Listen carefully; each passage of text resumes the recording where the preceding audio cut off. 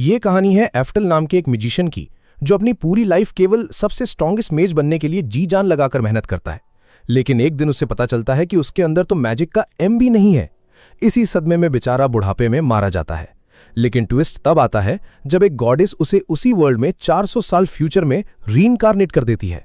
अपनी पिछली लाइफ की सारी नॉलेज के साथ वो सिर्फ 4 साल की उम्र से ही भौकाल मचाना शुरू कर देता है। कहानी की शुरुआत एक जबरदस्त युद्ध से होती है, जहां एफ्टल नाम का एक अधेड़ अंकल 3 अन्य धाकड़ योद्धाओं के साथ मिलकर हीरो की मदद करता है और दानव राजा को कूट कर हराता है। उनकी शानदार जीत के बाद उनकी मेहनत देखकर राजा खुद उन्हें अग्नि, पृथ्वी, जल और वायु के ऋषियों की भारी भरकम उपाधियां सौंपता है, जो सिर्फ खूंखार जादूगरों यानी 4 सम्राटों के लिए ही बनी है। इस दुनिया में सिर्फ वीआईपी खानदान के लोग ही सम्राट बन सकते हैं, और भले ही ये उपाधियां केवल जादू की दुनिया में काम आती हों, फिर भी इन वीरों को शान से थमा दी जाती हैं। एफ्टल को यकीन ही नहीं हो रहा था कि उसकी मेहनत का इतना तगड़ा इनाम मिला है, लेकिन वो इस उपाधि से अंदर ही अंदर गदगद और सम्मानित महसूस कर रहा था। राजा ने मुकुट पहनाते हुए ताना मारा कि जादुई दुनिया में भले ही तू सबसे ताकतवर ना हो, फिर भी सम्राट बन रहा है, इसलिए अब कॉलर टाइट करके खुद को बिजली का सम्राट कह सकता है। एफ्टल ने भर्राई नाखों से ये उपाधि गले लगाई, और चारों के इस भव्य राज्याभिषेक के बाद पूरी पब्लिक ने तालियां पीटकर उनका भौकाल से स्वागत किया।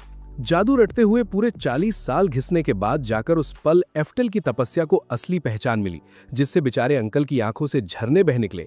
इसके कई साल बीतने पर भी बुढ़ापे में हड्डियां चरबराने के बावजूद एफ्टल रोजाना कड़ी कसरत करते हैं और साथ ही छोटे बच्चों को जादू का ककहरा सिखाते हैं।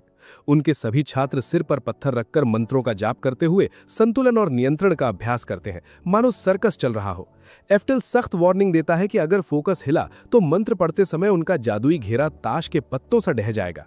इस दिमागी कसरत के बाद एफ्टल उन्हें चौथे स्तर के मंत्र फिर से रटने को कहता है, लेकिन उसकी फेवरेट शिष्या मर्लिन टोक कर पूछती है कि क्या वो आगे बढ़ने से पहले थोड़ा आराम नहीं करेंगे।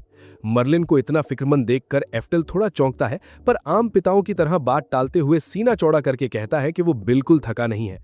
उसके चेहरे पर अभी भी टेंशन थी, जिसे देखकर एफ्टल को वो पल याद आता है जब उसने उसी नन्ही बच्ची के रूप में पहली बार गोद में उठाया था। एक खौफनाक युद्ध के बाद उसे राक्षसी माँ और उसका बच्चा तबाही और मौत के बीच बुरी तरह फंसे मिले थे। एफ्टल अंदर से भारी गिल्ट में है, क्योंकि मर्लिन को तो याद नहीं, पर खुद एफ्टल ने ही उसके कबीले के ढेरों लोग मारे थे, और आज वही बच्ची उसे फिक्र से देख रही है। वो इस अजीब फीलिंग को झटककर बच्चों से चौथे स्तर के मंत्रों का ही अभ्यास जारी रखने को कहता है, पर मर्लिन कहाँ चुप रहने वाली थी। वो सीधे 6ठे स्तर के मंत्र सिखाने की डिमांड कर देती है।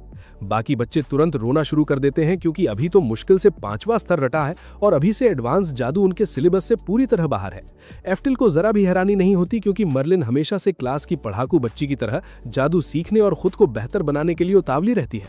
मर्लिन अपनी बात मनवाने को कहती है कि ऐसा इसलिए है क्योंकि वो बिजली के सम्राट एफ्टल की सबसे होशियार और चहेती शिष्या है। अपनी भारी भरकम उपाधि सुनकर एफ्टल सोच में पड़ जाता है, पर बिना कुछ कहे सीधे चौथे स्तर के मंत्रों पर ध्यान घुमाता है और ज्ञान देता है कि बेटा कोई जल्दी नहीं है, हमेशा बुनियाद जरूरी है। मर्लिन थोड़ी मायूस दिखती है, क्योंकि उसके अंदर तेज रफ्तार वाली जल्दबाजी मची थी, लेकिन वो समझदारी दिखाते हुए आगे बहस न करने का फैसला करती है। हालांकि बाद में ट्रेनिंग खत्म होते ही वो लड़की केवल अपनी लाठी और ओवर कॉन्फिडेंस के साथ अकेले ही खतरनाक जंगल में निकल पड़ती है। जंगल की डरावनी आवाजें और घना अंधेरा पसीना छुड़ाने वाला है, लेकिन मर्लिन खुद को झूठी तसल्ली देती है कि वो बिल्कुल डरी नहीं है। कुछ देर भटकने के बाद वो जंगल की गहराई में खौफनाक गुफा तक पहुंच ही जाती है और वहां के राक्षस को हराने के लिए अड़ जाती है, ताकि सच में खुद को बेस्ट शिष्या कह सके। उसकी सोच थी कि इस तरह वो खुद सबको सिखा पाएगी और बूढ़े एफ्टल आराम से चैन की नींद सो पाएंगे। मर्लिन फुल एटीट्यूड में गुफा में घुसती है, पर हालात ऐसे बिगड़ते हैं कि देखते ही देखते वो उसी राक्षस से अपनी जान बचाकर कुत्तों की तरह भाग रही होती है। चौथे स्तर का जादू उस पर रत्ती भर काम नहीं आया, लेकिन उस लड़की के ढीठ हौसले को लगता है कि अभी भी एक और मौका बाकी है।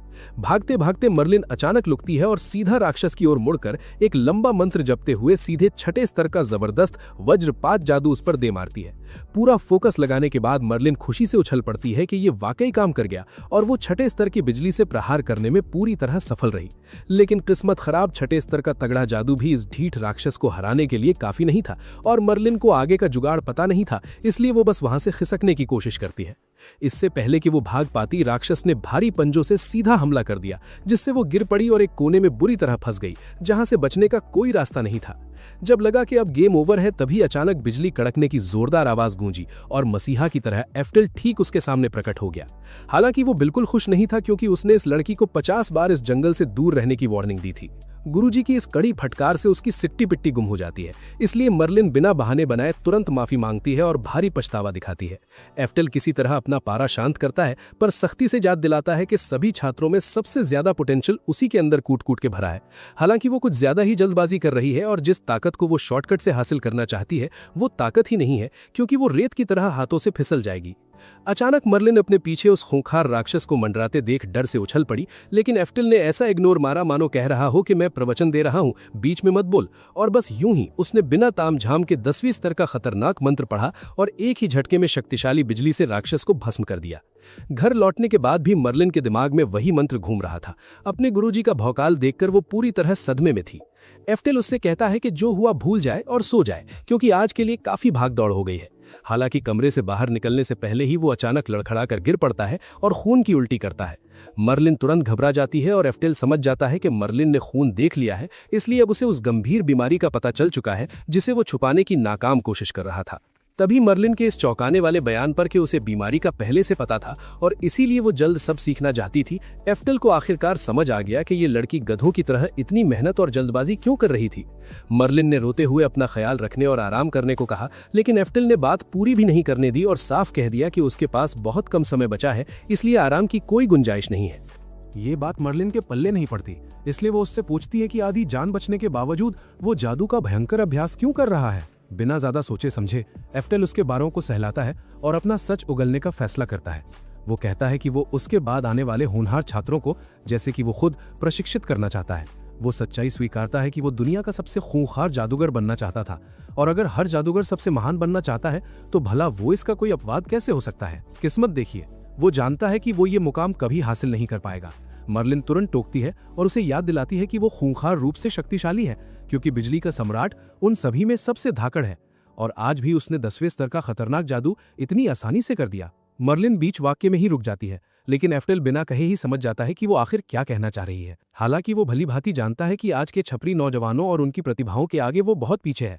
यहाँ तक कि दानव राजा के विरुद्ध महायुद्ध के दौरान भी केवल वही इकलौता जो उम्र दराज था, नॉब की तरह संघर्ष कर रहा था।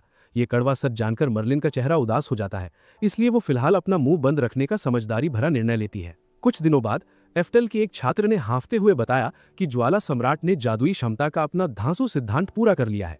एफ्टेल ने तुरंत ब्रेकिंग न्यूज की जांच की, क्योंकि जन्मजात जादुई क्षमता खोजना लंबे समय से असंभव माना जाता था। लेकिन अब वो ये देखकर पूरी तरह हक्का बक्का रह गया कि ये कैसे किया गया। हालांकि उस शर्मा जी के लड़के रूपी ज्वाला सम्राट से उसे इससे कम उम्मीद भी नहीं थी, क्योंकि वो हमेशा से जानता था कि वो एक पैदाइशी जीनियस व्यक्ति है। जानकारी उगलने के बाद बच्चा उत्साह में पूछता है कि अब वो क्या करेगा, और एफ्टेल उसे बताता है कि अब इस नुस्खे को आजमाने का समय आ गया है, क्योंकि ये तमाशा देखने लायक है। जब उसके सभी छात्र उत्सुकता से चारों ओर इकट्ठा हो जाते हैं तो एफ्टेल तुरंत लाइव टेस्ट करने के लिए मेज पर 4 टेस्ट ट्यूब रखता है। पर्चा पढ़ने के बाद वो मर्लिन से शुरुआत का फैसला करता है और बिना पूछे उसके सिर से 4 बाल नोचकर प्रत्येक टेस्ट ट्यूब में डालकर उन्हें अग्नि, पृथ्वी, जल और वायु प्रत्येक तत्व के स्पेशल जादुई पानी में डुबो देता है। जैसे ही मर्लिन के बाल उस जादुई पानी के संपर्क में आते हैं, टेस्ट ट्यूब्स अचानक गेमिंग पीसी जैसी तीव्र रोशनी से चमक उठते हैं और उनमें मौजूद पानी का रंग ही बदल जाता है। सभी बच्चे इस जादुई बदलाव को देखकर हक्के बक्के रह जाते हैं और वे देखते हैं कि 2 टेस्ट ट्यूब तेज चमक रहे हैं। हालांकि बेचारों को इसका मतलब समझ नहीं आता। एफ्टेल गुरुजी स्टाइल में समझाता है कि पर्चे पर लिखा है कि प्रकाश की तीव्रता और रंग की गहराई से ई और एस के बीच की श्रेणी का पता चलता है। हरा और नीला रंग बहुत तेज चमक रहे हैं, जिसका सीधा अर्थ है कि मर्लिन जल और वायु दोनों में टॉप लेवल एस श्रेणी की है। अन्य टेस्ट ट्यूब लाल और भूरे रंग के हैं, इसलिए छात्र तुरंत अपना दिमाग लगाते हैं कि अग्नि सी श्रेणी की है और पृथ्वी बी श्रेणी की।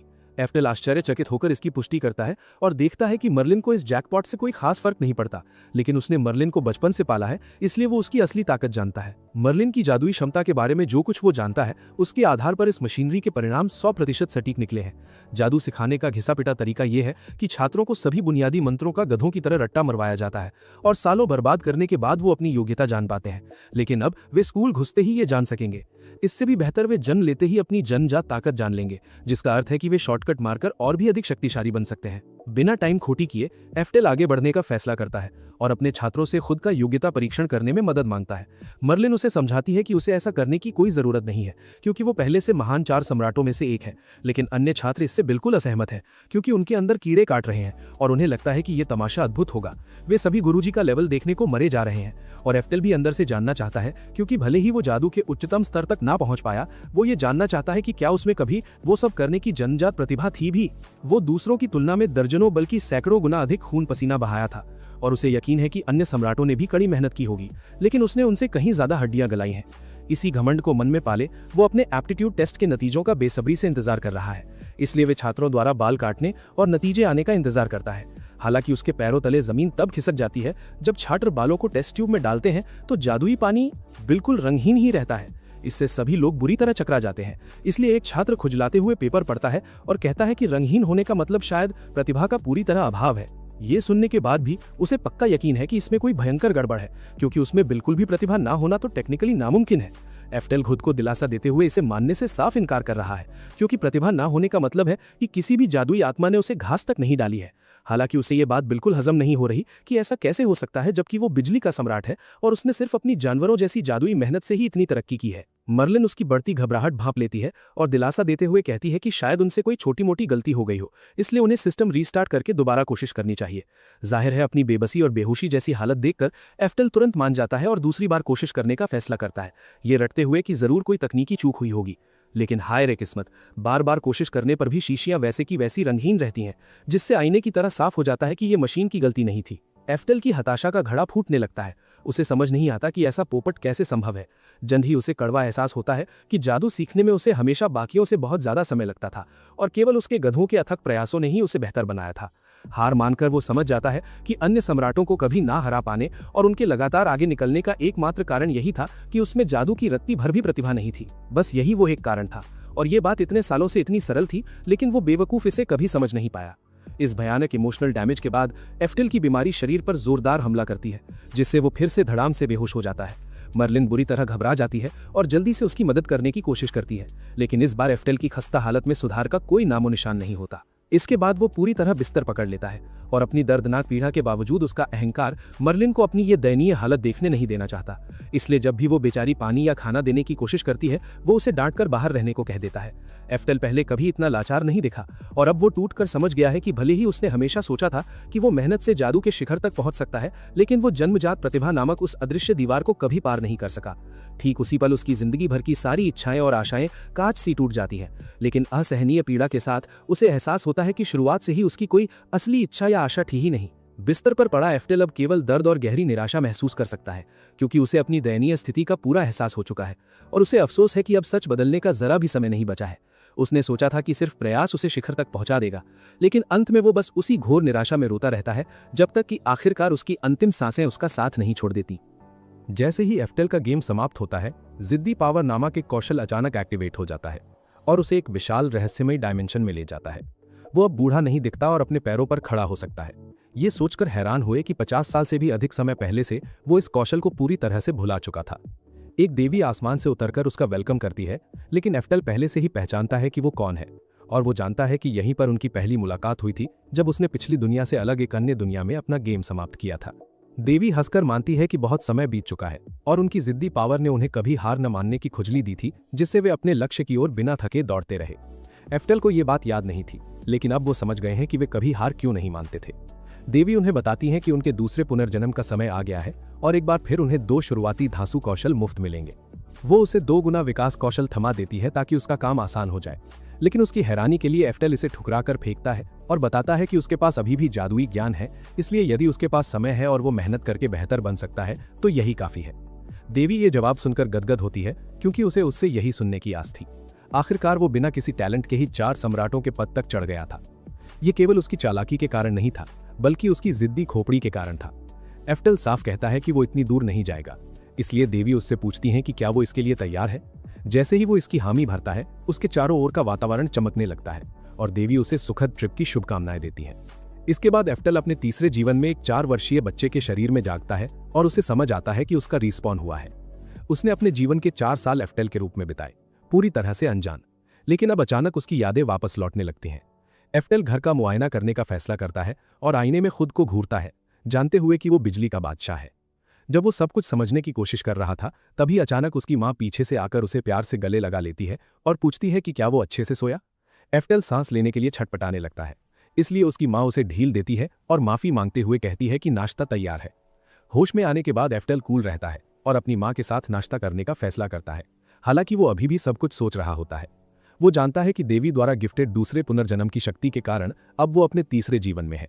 4 वर्ष का होने के बाद से ही उसे पुराने एफ्टेल की यादें वापस आने लगी हैं, इसलिए उसने ठान लिया है कि इस बार वो जादू में भौकाल टाइट करेगा।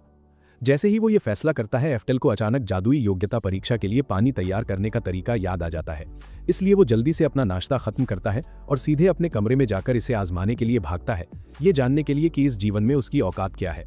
बदकिस्मती से पिछले जन्म की तरह ही जादुई पानी रंगहीन बना रहता है, जिससे उसे पता चलता है कि उसमें कोई टैलेंट नहीं है।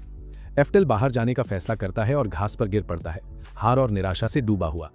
बुरी तरह से निराश होकर उसे एहसास होता है कि पिछली बार की तरह ही जब वो 10वें स्तर के मंत्र सीखेगा तो उसकी क्षमता की सीमाएं आ जाएंगी। जब वो इसी बारे में सोच ही रहा था, तभी अचानक एक ड्रैगन उसके ऊपर से उड़ता हुआ निकला और उसने देखा कि उसकी आंखें गहरे लाल रंग की थीं, जिसका मतलब था कि किसी ने उसे गुस्सा दिला दिया था। हथियारबंद सैनिक घोड़ों पर सवार होकर ड्रैगन का पीछा कर रहे थे और कह रहे थे कि वो राजधानी की ओर बढ़ रहा है, इसलिए वो उसे भागने नहीं दे सकते। जैसे ही एफ्टेल को पता चला कि शहर खतरे में है, वो मदद के लिए भागा, लेकिन उसके छोटे पैर उसे तुरंत अपनी वर्तमान औकात का एहसास दिला देते हैं। अपनी प्राइम फॉर्म में वो कुछ कर सकता था, लेकिन अब वो मात्र 4 वर्ष का है, इसलिए वो नहीं जानता कि वो क्या कर सकता है, खासकर बिना किसी टैलेंट के।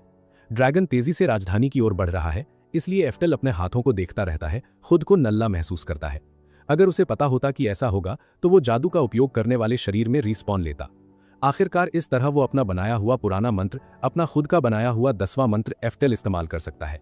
जैसे ही उसके मन में उस मंत्र का ख्याल आया, उसका हाथ अचानक चमकने लगा और उसके ऊपर एक धांसू जादुई घेरा बन गया, जिससे एक खतरनाक बिजली का झटका सीधे ड्रैगन पर लगा और उसे जलाकर राख कर दिया। एफ्टेल चकराकर पीछे गिर पड़ा, ये समझने की कोशिश कर रहा था कि उसने अभी क्या किया है। जब ड्रैगन जमीन पर गिरता है तो हथियारबंद सैनिक उसे घेर लेते हैं और ये पता लगाने की कोशिश करते हैं कि उसे किसने मारा। एफ्टेल गिरे हुए ड्रैगन को देखकर कंफर्म करता है कि ये वाकई काम कर गया है और फिर अपने हाथ को देखता है, जिससे थोड़ी सी बिजली निकलती है। तभी उसे समझ आता है कि वो मानो इस दुनिया में रिस्पॉन लेकर आया है और 4 वर्ष की उम्र में ही अपने पिछले जीवन की धाकड़ जादुई शक्तियों का इस्तेमाल कर सकता है। अब एफ्टेल के पिछले जन्म को इस नए शरीर में रिस्पॉन लिए 3 साल हो चुके हैं और उसने काफी रिसर्च किया है। उसने जो जाना है वो ये है कि जिस दुनिया में वो अभी है, वो वही दुनिया है जिसमें वो पहले रहता था, लेकिन 400 साल बाद। एक दिन एफ्टेल का भाई फ्रेजियर उससे और उसकी माँ से मिलने आता है ताकि उनका अपडेट ले सके और उन्हें इस महीने के खर्चों के लिए कुछ पैसे दे सके। एफ्टेल अपनी माँ के साथ अकेला रहता है, लेकिन फ्रेजियर हमेशा ये पक्का करता है कि उनके पास जरूरत की हर चीज हो। अपनी माँ से बात करने के बाद फ्रेजियर एफ्टेल को देखता है और पाता है कि वो अपनी उम्र के हिसाब से काफी भारी किताब पढ़ रहा है। एफ्टेल बताता है कि उसे ये किताबें बहुत धांसू लगती हैं, इसीलिए फ्रेजियर उससे कहता है कि अगली बार वो उसे गिफ्ट में कुछ किताबें लाकर देगा। ये सुनकर वो लौंडा खुश हो जाता है और उसकी माँ मुस्कुराकर कहती है कि वे उसमें पिता को पहचान सकते हैं। फ्रेजियर सहमत होता है और कहता है कि उसे यकीन है कि एफ्टेल को अभी किताबों में लिखी बातें पूरी तरह पल्ले नहीं पड़ी हैं, लेकिन उसे पूरा विश्वास है कि वो जल्द ही उन्हें अच्छी तरह समझ जाएगा और उसके पिता बहुत गदगद होंगे।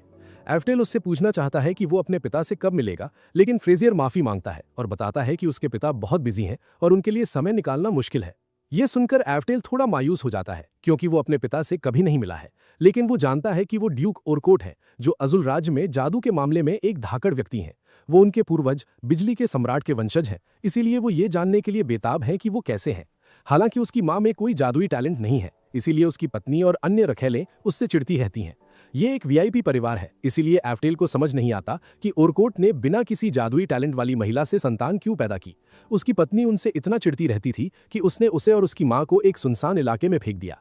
सीधे शब्दों में, एफ्टेल के पिता का परिवार उसे अपना बेटा नहीं मानता, इसीलिए वो उससे मिल नहीं पाया है। फ्रेजियर ने उसके उतरे चेहरे को देखा और दोबारा माफी मांगते हुए कहा कि वो इस बारे में उसके पिता से बात करेगा।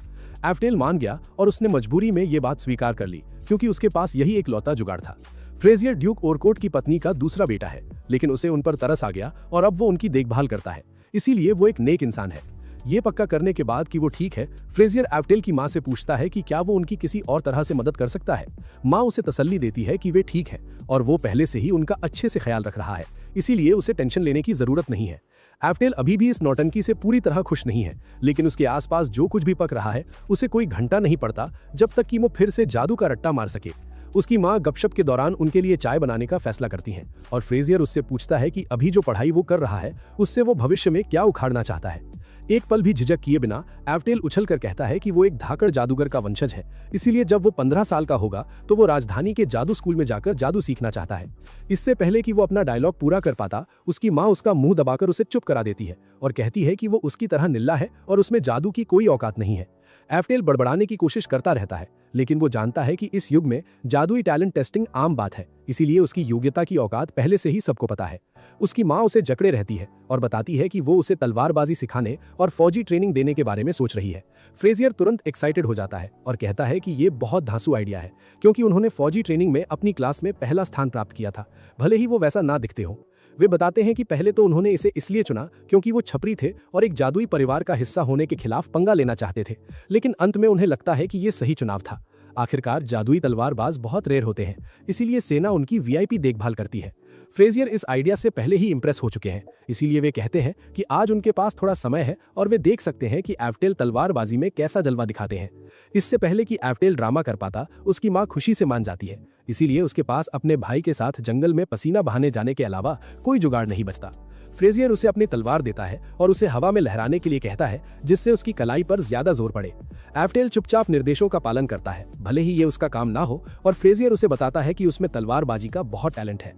इस मोड़ पर एफ्टेल को आखिरकार समझ आ गया कि उसका भाई उसे केवल किताबी ज्ञान और फौजी विज्ञान क्यों सिखा रहा था। असल में वो चाहता था कि एफ्टेल शुरू से ही फौजी स्कूल जाए, क्योंकि शायद उसे एफ्टेल की जादुई औकात की कमी की टेंशन थी। लेकिन फिर भी एफ्टेल स्कूल जाना चाहता था, इसीलिए उसने तलवारबाजी की नौटंकी बंद करने का फैसला किया ताकि वो अपने भाई को अपनी असली जिद बता सके। जब फ्रेजियर को पता चलता है कि एफ्टेल सचमुच जादू स्कूल जाना चाहता है तो उसका चेहरा एक पल के लिए लटक ही जाता है, लेकिन वो प्यार से उसे समझाने की कोशिश करता है। वो अपने छोटे भाई के सामने घुटने टेक कर समझाता है कि लोग कुछ चीजों में उस्ताद होते हैं और कुछ में जीरो, इसीलिए उसे इस बात का बुरा नहीं मानना चाहिए। एफ्टेल तुरंत क्लियर करता है कि वो ये पहले से ही जानता है और उसे पता है कि उसमें कोई जादुई टैलेंट नहीं है, लेकिन उसके पास माना पावर है और वो भी जादू का इस्तेमाल कर सकता है, इसीलिए वो हर हाल में जाना चाहता है। एफ्टेल को मन ही मन पता है कि तब से 400 साल बीत चुके हैं, इसीलिए अगर वो जादू की स्कूल में जाता है तो उसे जादुई ताकतों की सीमाओं को पार करने का कोई न कोई जुगाड़ जरूर मिल जाएगा। एफ्टेल की जिद के आगे फ्रेजियर के पास कोई और रास्ता नहीं बचता, इसीलिए वो उससे कहता है कि वो अभी एक मंत्र पढ़ेगा और अगर वो उसे दोहराने में पास हो जाता है तो वो खुद जादू की स्कूल के लिए उसकी पैरवी करेगा। एफ्टेल तुरंत ये डील मान लेता है और खुशी से उसे थैंक यू देते हुए कहता है कि वो अपनी पूरी कोशिश करेगा। फ्रेजियर लटके चेहरे से उसकी ओर घूरता है और मन ही मन सॉरी मांगता है, क्योंकि वो उसके लिए एक ऐसा जादू करेगा जिसे दोहराना नामुमकिन होगा। वो जानता है कि ये थोड़ा जालिम है, लेकिन उसे उम्मीद है कि इससे उसे औकात का पता चलेगा और वो समझ पाएगा। फ्रेजियर उसे ध्यान से घूरने के लिए कहता है और फिर पवन तत्व सिल्फी को बुलाकर उनसे पावर मांगता है। एफ्टेल उसे मंत्र पढ़ते देख थोड़ा चौंक ही जाता है, लेकिन वो कुछ नहीं कहता और घूरता रहता है। कुछ और नौटंकी चलने के बाद फ्रेजियर विंड एज नाम का लेवल 2 जादू करता है, जिससे हवा का एक खूंखार झोंका निकलता है और एक पेड़ गिर जाता है। हालांकि ये सिर्फ लेवल 2 जादू था, फिर भी वो पूरी तरह हाफ जाता है, लेकिन उसे पूरा यकीन है कि एक 7 साल के बच्चे के लिए ये जादू किसी तगड़े चमत्कार जैसा ही होगा। फ्रेजियर का तो पोपट ही हो गया जब एफ्टेल गिरे हुए पेड़ को बस अजीब नजरों से घूरता रहा और उसने मुंह फट अंदाज में पूछा कि क्या बस इतना ही। वो इस ड्रामे से बिल्कुल भी इंप्रेस नहीं हुआ। फ्रेजियर घबराकर ही कर हंसा और उसे ज्ञान देने की कोशिश की कि इस लेवल की जादूगरी के लिए गधों जैसी मेहनत करनी पड़ती है। हालांकि इससे पहले कि वो अपना प्रवचन पूरा कर पाता, एफ्टेल ने फुल एटीट्यूड में अपना हाथ उठाया और बिना किसी मंत्र का रट्टा मारे उसने बिल्कुल वही जादू किया और पलक झपकते ही अपने सामने के सभी पेड़ों को ताश के पत्तों की तरह गिरा दिया। फ्रेजियर अपनी जगह पर बर्फ की तरह जम जाता है, ये समझने की नाकाम कोशिश करते हुए कि एक 7 साल का बच्चा बिना किसी मंत्र के पल भर में ऐसा भौकाल कैसे मचा सकता है। ऐसा तो दशकों की ट्रेनिंग से गुजरा कोई प्रो लेवल का ज्ञानी ही कर सकता है, इसलिए कोई 7 साल का निब्बा ऐसा बिल्कुल नहीं कर सकता।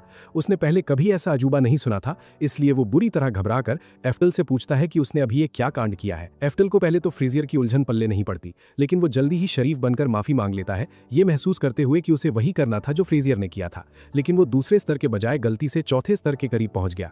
फ्रेजियर अपना आपा खो बैठता है और चिल्लाता है कि चौथा स्तर तो अति उन्नत जादू है भाई। इससे एफ्टेल और भी चकरा जाता है, क्योंकि उसने पूरी जिंदगी सोचा था कि चौथा स्तर तो छपरी कमतर जादू है। फ्रेजियर उससे बार बार पूछता है कि वो इतना एडवांस जादू कैसे उखाड़ सकता है, लेकिन एफ्टेल हिचकिचाता है, क्योंकि वो उसे अपने रिस्पॉन होने के बारे में ठीक नहीं बता सकता। ये सोचकर वो बस बहाना बनाता है कि वो वास्तव में इसका कारण नहीं बता सकता, लेकिन वो अपनी पढ़ाई से प्राप्त जादुई ज्ञान और पावर को इस शरीर और खोपड़ी के अनुकूल ढाल रहा है। एफ्टल ये भी कबूल करता है कि वो वास्तव में 10वें स्तर तक खतरनाक जादू कर सकता है, लेकिन फ्रेजियर ये सुनकर पूरी तरह से पगला जाता है और कहता है कि 10वें स्तर का जादू तो दुनिया से लुप्त हो चुका है। फिर फ्रेजियर अचानक भूत देखने की तरह पीला पड़ जाता है और उसकी आत्मा शरीर छोड़ने का फैसला कर लेती है, जिसके परिणाम स्वरूप वो वहीं धड़ाम से बेहोश हो जाता है। एफ्टल थोड़ा टेंशन में आ जाता है और फिर उसे अचानक एहसास होता है कि उसने इस नए जीवन में कभी किसी को ढंग का जादू इस्तेमाल करते हुए नहीं देखा। लेकिन फ्रेजियर का ये ओवर रिएक्शन देखकर उसे समझ आ जाता है कि पक्का दाल में कुछ काला है। ड्रैगन को भस्म करने के बाद भी उसने ठीक यही महसूस किया था, क्योंकि उन सभी ने कहा था कि किसी चमत्कार ने उनकी जान बचाई है, क्योंकि वो ये नहीं समझा पा रहे थे कि आखिर वो कौन सा बवाल था। एफ्टल को अब यकीन हो गया है कि इस युग में कुछ तो भारी गड़बड़ है और वो अभी तक इसका असली कारण नहीं समझ पाया है। घर लौटने के बाद वो जादुई शक्तियों के बारे में जासूसों की तरह छानबीन करने का फैसला करता है, ये जानने के लिए कि आखिर क्या रायता फैल रहा है। उसे नहीं पता कि पिछले 400 वर्षों में दुनिया में क्या हुआ, लेकिन कुछ बड़ी किताबें पढ़ने के बाद उसे पता चलता है कि किसी कारण से जादू की संस्कृति में काफी भारी गिरावट आई है। बिना मंत्र पढ़े जादू करना अब आम बात बिल्कुल नहीं रही, जिससे उसके भाई के सदमे में बेहोश होने की असली वजह समझ में आती है। फ्रेजियर अचानक चौंक कर नींद से जाग जाता है, अपना नाम जोर से चिल्लाता है और घबराकर पागलों की तरह बड़बड़ाने लगता है कि एक 7 साल का बच्चा बिना मंत्र पढ़े खतरनाक जादू कर सकता है। एफ्टल अनजान बनने का ऑस्कर विनिंग नाटक करता है और उससे पूछता है कि वो क्या फालतू बातें कह रहा है। एफ्टल उसे पट्टी पढ़ाता है कि उस अद्भुत जादू से एक पेड़ को उड़ाने के बाद लकड़ी का एक टुकड़ा उड़कर उसके सिर पर लगा और वो वहीं बेहोश हो गया।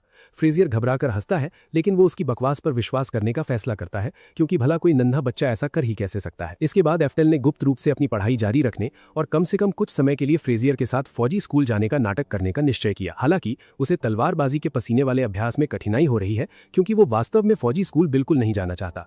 फिर भी उसके पिछले जीवन के अदम्य कौशल ने शायद उसकी पर्सनैलिटी को प्रभावित किया है, इसलिए जितनी बार वो हारता है उतना ही ज्यादा सनक कर क्रोधित हो जाता है। इसीलिए बार बार गिरने के बाद भी एफ्टल ढीठों की तरह उठ खड़ा होता है और अपने भाई से एक बार फिर से कोशिश करने की गुजारिश करता है।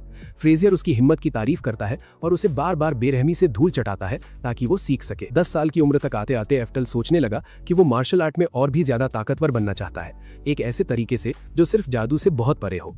एक दिन अपने खतरनाक प्रशिक्षण के दौरान वो एक झरने के किनारे तब तक इंतजार करता है जब तक कि एक विशाल पेड़ का भारी तना नीचे नहीं गिर जाता। पेड़ के तने के पानी में गिरने से पहले ही एफ्टल अपनी तलवार से उसे पल भर में कई टुकड़ों में काट देता है। उसे लगने लगता है कि तलवार चलाना बहुत मजेदार है और वो सोचता है कि सबसे शक्तिशाली जादुई तलवारबाज का खिताब भी बहुत भौकाली होगा। फ्रेजियर फिलहाल उसे हफ्ते में 3 बार लड़ाई की पेल की ट्रेनिंग दे रहा है और आज वो उसे बताता है कि आज कुछ अलग होगा और एक खास सबक होगा। वो समझाता है कि उसने अपनी जगह एक खास कोच को बुलाया है, इसलिए वो आज कुछ नई और खतरनाक चीजें सीखेगा।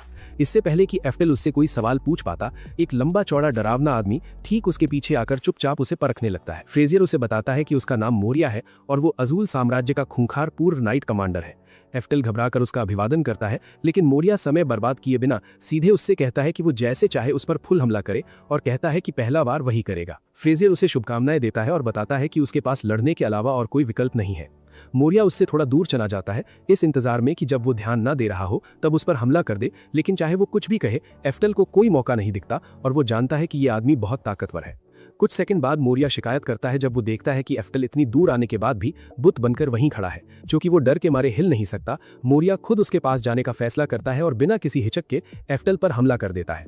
वो एक बच्चे के सामने भी पीछे नहीं हट रहा है, इसलिए एफ्टल के पास जितनी जल्दी हो सके अपनी जान बचाकर दूर हटने के अलावा कोई चारा नहीं है। वो देखता है कि मोरिया बहुत ही तेज है, क्योंकि वो उसकी तलवार को हिलते हुए भी नहीं देख पाया और बड़ी मुश्किल से ही वार से बच पाया।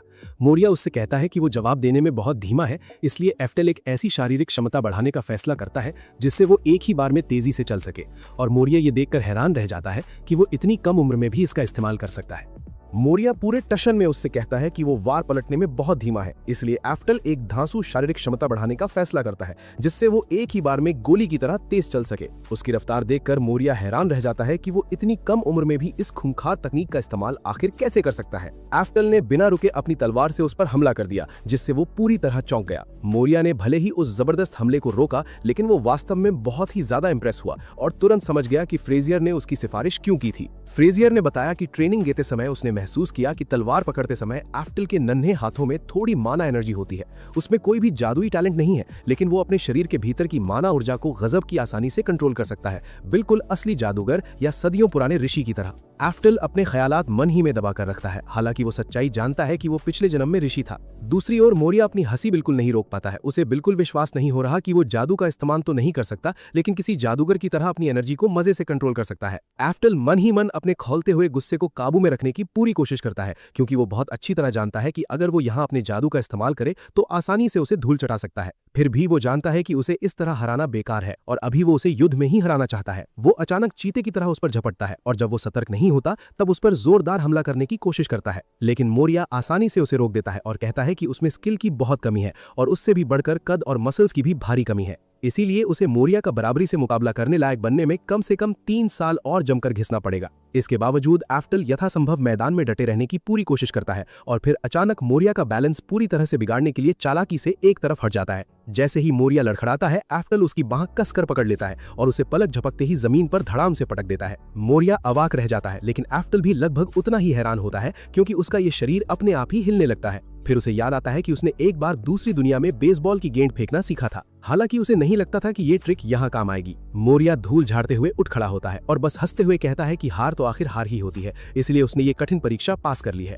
एफ्टल को अभी भी बिल्कुल समझ नहीं आता कि वो क्या बक रहा है, इसलिए फ्रेजियर उसे बताता है कि वो एक सबसे जरूरी बात बताना ही भूल गया था। फिर वो चौड़ा होकर बताता है कि मोरिया प्रतिष्ठित अजुल फौजी विज्ञान स्कूल का प्रमुख है, जिसका सीधा मतलब है कि 15 वर्ष की आयु से एफ्टल एक टॉप लेवल फौजी स्कूल में छात्र होगा। मोरिया क्लियर करता है कि वो असली लड़ाई हार गया लेकिन तलवारबाजी में जीत गया है, इसलिए एफ्टल को उससे पूरी तरह से आगे निकलने के लिए अभी बहुत कुछ सीखना बाकी है। एफ्टल अपना आश्चर्य नहीं छिपा पाता और इस जानकारी से सुन्न हो जाता है क्योंकि उसे समझ नहीं आता कि ये रायता कैसे फैला। कई साल बाद अब जब एफ्टल 14 साल का हो गया है, वो खराब मौसम में भी हर दिन जंगल में पसीना बहाता है। एक बरसात के दिन वो अपने 10वें स्तर के मूल मंत्र एफ्टल का प्रयोग करने का फैसला करता है, जिससे जंगल का एक बड़ा हिस्सा भस्म हो जाता है और जमीन में एक विशाल गड्ढा बन जाता है। इसके साथ ही वो इस बात की पुष्टि करता है कि 9वें या 10वें स्तर तक पहुंचने में अभी भी थोड़ा टाइम लगता है। वो बरसात के दिनों को अपनी ट्रेनिंग के लिए उत्तम मानता है क्योंकि उस समय वो बिना किसी की नजर में आए अपनी जादुई शक्तियों का भारी अभ्यास कर सकता है। इसके बावजूद 10वें स्तर का खतरनाक जादू करने के बाद फ्रेजियर पागलों की तरह दौड़ता हुआ उसके पास आता है और कहता है कि उसने अभी आसमान में बिजली की खौफनाक चमक देखी है। एफ्टल घबराकर उसकी बात मान लेता है और उसे तसल्ली देता है कि वो बिल्कुल ठीक है, इसलिए उसे टेंशन लेने की कोई जरूरत नहीं है। फ्रेजियर आखिरकार शांत हो जाता है, लेकिन एफ्टल अच्छी तरह जानता है कि उसने कांड कर दिया है क्योंकि उसने अपने भाई को लगभग फिर से डरा दिया था। सख्त चेहरे के साथ फ्रेजियर उसे याद दिलाता है कि अगले साल उसे फौजी ट्रेनिंग लेनी है, इसलिए उसे ये पक्का करना होगा कि उसे कोई चोट न लगे। एफ्टल तुरंत सहमत हो जाता है और फिर उसे एहसास होता है कि उस प्रवेश परीक्षा के बाद से ही ये पूरी तरह तय हो चुका है कि उसे फौजी ट्रेनिंग लेनी है। इस दुनिया में वो 15 वर्ष की आयु में अडल्ट हो जाता है और अभी वो सिर्फ 14 साल का है, लेकिन वो फौजी स्कूल नहीं जा सकता। आजकल हर जगह जादुई टैलेंट टेस्ट हो रहे हैं, इसलिए वो जानता है कि उसके लिए जादू के रास्ते पर सीधा चलना बहुत मुश्किल होगा। यही कारण है कि 15 साल का होते ही वो घर छोड़कर जादू स्कूल में अकेले ही जाएगा। ये कड़ा फैसला लेने के तुरंत बाद फ्रेजियर उसे बताता है कि आज उसके पास एक गुड न्यूज है और उसे खुशी से सूचित करता है कि आखिरकार उसके पिता उससे मिलने वाले हैं। एफ्टल की मां ये खबर सुनकर बहुत गदगद हो जाती है और खुशी के आंसू बहाते हुए कहती है कि ये सब फ्रेजियर की वजह से संभव हुआ है, जिसने उसे फौजी विज्ञान और तलवारबाजी के बारे में बहुत कुछ अच्छे से सिखाया है। अपनी भावनाओं को बिल्कुल भी काबू ना कर पाने के कारण वो एफ्टल को कसकर गले लगाती है और कहती है कि आखिरकार वो इतना मजबूत हो गया है कि उसके पिता उसे पहचान लेंगे। 14 साल से इग्नोर किए गए व्यक्ति से मिलने का एफ्टल को कोई खास मतलब नहीं लगा, लेकिन उनकी भारी खुशी देखकर वो निमंत्रण ठुकरा नहीं सका क्योंकि वो उन्हें दुखी नहीं करना चाहता था। देखते ही देखते तीनों ड्यूक ऑर्कट के महल में पहुंच गए और एफ्टल अपने वंशज से मिलने के लिए बेहद एक्साइटेड था। हालांकि 14 साल बाद जब उसके पिता ने उसे पहली बार देखा तो उनकी एकमात्र प्रतिक्रिया बस एक सन्नाटा थी। कमरे का माहौल अजीब हो जाता है, लेकिन एफ्टल सबको चौंकाते हुए पूरे कॉन्फिडेंस के साथ आगे बढ़ता है, अपना परिचय देता है और अपने पिता का अभिवादन करते हुए कहता है कि वो हमेशा से उनसे मिलना चाहता था। उसका घमंडी पिता तुरंत टोकता है और उससे ड्यूक ऑर्कुट कहकर बुलाने को कहता है, क्योंकि उसने उसे कभी अपनाया नहीं था और वो उनके वीआईपी खानदान के लिए पक्की शर्मिंदगी है। एफ्टल का सारा जोश फुस हो जाता है और उसे यकीन नहीं होता कि 14 साल बाद अपने बेटे से पहली बार मिलने पर ऐसी टुच्ची नौटंकी है। ऑर्कुट फिर ताने मारकर खूब जलील करता है क्योंकि बिजली सम्राट का वंशज होने के बावजूद उसमें कोई जादुई औकात नहीं है, इसलिए बिजली सम्राट खून के आंसू रोएंगे। एफ्टल मन में सोचता है कि वो सचमुच रो रहे होंगे क्योंकि आखिरकार उन्हें अपने वंशज से मुलाकात हुई और ये बुढ़ा एकदम बदतमीज है। ऑर्कुट फिर बताता है कि उसने सुना है कि उसे फौजी ट्रेनिंग के लिए वीआईपी निमंत्रण मिला है। जब एफ्टल इसकी हामी भरता है तो ऑर्कुट खूब हंसता है और कहता है कि ये तो धांसू खबर है। वो सचमुच खुश दिखता है, जिससे एफ्टल को लगता है कि शायद वो बुढ़ा बुरा नहीं है। लेकिन जब ऑर्कुट अपनी असली औकात दिखाते हुए कहता है कि अब खाने का खर्च नहीं देना पड़ेगा और ट्रेनिंग पर जाने से सभी भोजन और रहना एकदम मुफ्त मिलेंगे और तीसरे साल से उसे वजीफा भी मिलेगा जिससे उसकी जेब से फूटी कौड़ी खर्च नहीं होगी, तो एफ्टल का ये शरीफ विचार कूड़े के डिड्डे में चला जाता है। ऑर्कुट उसे धमकी देता है कि जब तक वो वीआईपी खानदान के नाम पर कोई कलंक नहीं लगाता तब तक सब बढ़िया रहेगा। एफ्टेल को यकीन नहीं हो रहा था कि इस आदमी ने सिर्फ ये बकवास करने के लिए बुलाया था, लेकिन हालात तब बिगड़े जब ऑर्कुट ने अपने बेटे जोआकिम से काम करने को कहा। उसने समझाया कि भले ही उसने एफ्टेल को यूं ही पैदा कर दिया हो, लेकिन दुनिया उसे परिवार का हिस्सा मानेगी, इसलिए उसे परखना होगा कि वो मिलिट्री स्कूल में शर्मिंदगी से बचने के लिए मजबूत है या नहीं। जोआकिम एक खौफनाक मुस्कान के साथ बोला, ये समझते हुए कि उसे बस इस कुत्ते को सबक सिखाना है और वो खुशी खुशी ये काम कर देगा। फ्रेजियर बेशक इसका विरोध करने की कोशिश करता है, लेकिन एफ्टेल अब आखिरकार समझ जाता है कि असल बात क्या है। बिना समय बर्बाद किए वे सब बगीचे की ओर चल पड़ते हैं, लेकिन फ्रेजियर एफ्टेल को चेतावनी देता है कि उसे सावधान रहना चाहिए, भले ही ये बस एक नकली लड़ाई हो। आखिरकार भले ही वो देखने में ऐसा ना लगे, जोआकिम ने स्कूल में तलवारबाजी में टॉप मार्क्स हासिल किए थे, जिसका मतलब है कि वो बहुत कुशल है। नकली लड़ाई शुरू होने से पहले फ्रेजियर एफ्टेल से कहता है कि अगर उसे लगता है कि वो जीत नहीं सकता तो तुरंत आत्मसमर्पण कर दे, क्योंकि ये बहुत खतरनाक हो सकता है। एफ्टेल बिना किसी हिचकिचाहट के मान जाता है, लेकिन मन ही मन सोचता है कि ये तो बस दर्द है और उसके पास कोई दूसरा विकल्प नहीं है। जोआकिम उसे ताना मारते हुए चेतावनी देता है कि उसके पास भाग जाने का विकल्प था, और फिर उस पर लकड़ी की तलवार फेंक देता है। जब एफ्टेल उसे पकड़ता है तो तुरंत उसके भारीपन को महसूस करता है। जोआकिम घमंड से समझाता है कि ये कठोर लकड़ी की तलवार है, वे आमतौर पर इनका इस्तेमाल नहीं करते, क्योंकि अगर वार सही जगह लगे तो हड्डी टूट सकती है या खोपड़ी चकनाचूर हो सकती है। जोआकिम शरारती मुस्कान के साथ कहता है कि वो इसका मतलब जरूर समझता है, लेकिन उसे आश्चर्य होता है कि एफ्टेल को अंदाजा नहीं होता। इससे जोआकिम का सब्र टूट जाता है और वो भड़क कर चिल्लाता है कि वो और उसकी माँ दोनों मूर्ख हैं। फिर वो जहर उगलते हुए समझाता है कि असली परिवार का सबसे बड़ा बेटा होने के नाते वो उसे और उसकी मूर्ख माँ को औकात दिखाएगा, क्योंकि उन्हें कोई पसंद नहीं करता। आखिरकार उसकी माँ इरिया में कोई जादुई क्षमता नहीं है और उसने ऑर्कुट से उसे जन्म देने की भीख मांगी थी, लेकिन एफ्टेल में भी कोई जादू नहीं है। जोआकिम कहता है कि उसकी माँ ने परिवार को कलंकित किया है और वो उसे मारना चाहता है, लेकिन इसके बजाय वो आज उसे मारने को तैयार है। युद्ध शुरू होने से पहले जोआकिम स्पष्ट करता है कि वो उसे छूट देगा ताकि वो पहले हमला कर सके। एफ्टेल अब तक जोआकिम की सभी फालतू उकसावों पर एकदम चुप रहा था, लेकिन इस बात से उसका पारा 7वें आसमान पर पहुंच गया कि ये दोनों टुच्चे बदमाश उसके ही वंशज हैं। उसने इस मौके को हाथ से जाने नहीं दिया और बिना सोचे पहला कदम उठाने का फैसला किया और अपनी लकड़ी की तलवार से सीधे जोआकिम पर खूंखार हमला कर दिया। जोआकिम पूरी तरह से चौंक गया कि वह बड़ी मुश्किल से ही अपनी जान बचाते हुए प्रतिक्रिया दे पाया, क्योंकि एफ्टेल ने उसे अचानक बुरी तरह चौंका दिया था। एफ्टेल उस पर अपना ताबड़तोड़ हमला जारी रखता है, लेकिन उसके खतरनाक वार से जोआकिम डरकर पीछे हट जाता है और कांपते हुए अपनी तलवार से उसे रोकता है। इससे एफ्टेल थोड़ा भ्रमित हो जाता है और मन ही मन सोचने लगता है कि क्या इसे सच में तलवार चलाना आता भी है या ये सब सिर्फ लंबी लंबी फेंक रहा था। कई बार पिटने के प्रयासों के बाद जोआकिम आखिरकार एक वार को रोकने में किसी तरह कामयाब हो जाता है और एफ्टेल उसे चिढ़ाने की पूरी हिम्मत करता है। हालांकि एफ्टेल अपनी शारीरिक क्षमता बढ़ाने की धांसू शक्ति का इस्तेमाल करता है, जिससे वह उस पर पूरी तरह से हावी हो जाता है। जोआकिम की तो सिट्टी पिट्टी गुम हो जाती है और वह घबराकर डटकर मुकाबला करने की नाकाम कोशिश करता है, ये सोचते हुए कि क्या एफ्टेल वाकई वही बच्चा है जो कुछ पल पहले था। चाहे वह कितनी भी कोशिश कर ले, वह इतनी भयानक ताकत का मुकाबला नहीं कर सकता। इसलिए एफ्टेल आसानी से उसकी तलवार को 2 टुकड़ों में तोड़कर उसके चेहरे पर जोरदार वार करता है, जिससे उसकी नाक पल भर में टूट जाती है। जब जोआकिम जमीन पर पड़ा दर्द से करहा रहा होता है तो एफ्टेल उसे खूंखार आवाज में चेतावनी देता है कि अगर उसने कभी उसकी मां का अपमान किया तो वह उसे बिना किसी शक के जान से मार डालेगा। इसके बाद वह एकदम से सामान्य हो जाता है और मुस्कुराते हुए अपनी मां के पास जाकर कहता है कि अब वे जा सकते हैं। यर्जा भी जो कुछ उसने अपनी आंखों से देखा उससे पूरी तरह से स्तब्ध रह जाती है, इसलिए वह हैरानी से उससे पूछती है कि क्या वह वही एफ्टेल है जिसे वह जानती है। एफ्टेल उसे आश्वस्त करता है कि वह हमेशा की तरह ही मासूम है, इसलिए उसकी माँ उस पर विश्वास कर लेती है और उसे देखकर मुस्कुरा देती है। जाने से पहले एफ्टेल अपने पिता से बात करता है, हालांकि ऑर्कुट उसे देखते ही बुरी तरह सहम जाता है, पूरी तरह से भयभीत हो जाता है। एफ्टेल ने आज उन्हें आमंत्रित करने के लिए बस धन्यवाद दिया, इसलिए उसका डरपोक पिता उसे तुरंत विदा कर देता है और घबराते हुए अगले साल सैन्य स्कूल में उसके लिए शुभकामनाएं देता है। 2 सप्ताह बीत जाने के बाद एफ्टेल अपनी मां के साथ शांतिपूर्ण जीवन जी रहा था। हालांकि उसे पूरा यकीन था कि वे किसी न किसी तरह उनसे अपना बदला लेने की कोशिश जरूर करेंगे। हालांकि एक दिन अचानक उनकी ये शांति भंग हो गई जब फ्रेजियर एक बच्चे को अपनी गोद में लिए उनके दरवाजे पर हाँफते हुए आ पहुंचा। तभी हमें राजधानी में पहले हुई एक घटना दिखाई देती है जहां फ्रेजियर अपनी सेना को सूचित करता है कि पवित्र शूरवीर और अजूल सेना अपने पड़ोसियों से एक बड़ा युद्ध करने के लिए निकल पड़े हैं। वह समझाता है कि उनके जाने के बाद राजधानी की रक्षा करना उनकी और शाही रक्षकों की सबसे बड़ी जिम्मेदारी है। मोरिया दबे स्वर में उससे पूछती है कि क्या शहर की सुरक्षा के लिए उन्हें सैन्य विद्यालय से बच्चों को लाना पड़ेगा, और फ्रेजियर इसकी पुष्टि करता है। आखिरकार ऐसी खौफनाक जानकारी मिली है कि मंत्री का गुट अपनी मुख्य सेनाओं की अनुपस्थिति में राजकुमार की हत्या करने की पूरी योजना बना रहा है। ये जानकारी मोरिया को स्पष्ट रूप से उसे चौंका देती है। लेकिन इससे पहले कि वह कुछ कह पाता, अचानक एक रक्षक अंदर घुस आता है और चिल्लाता है कि दक्षिणी बर्बर राजधानी पर हमला कर रहे हैं। तभी उन्हें एक धमाके की जोरदार आवाज सुनाई देती है।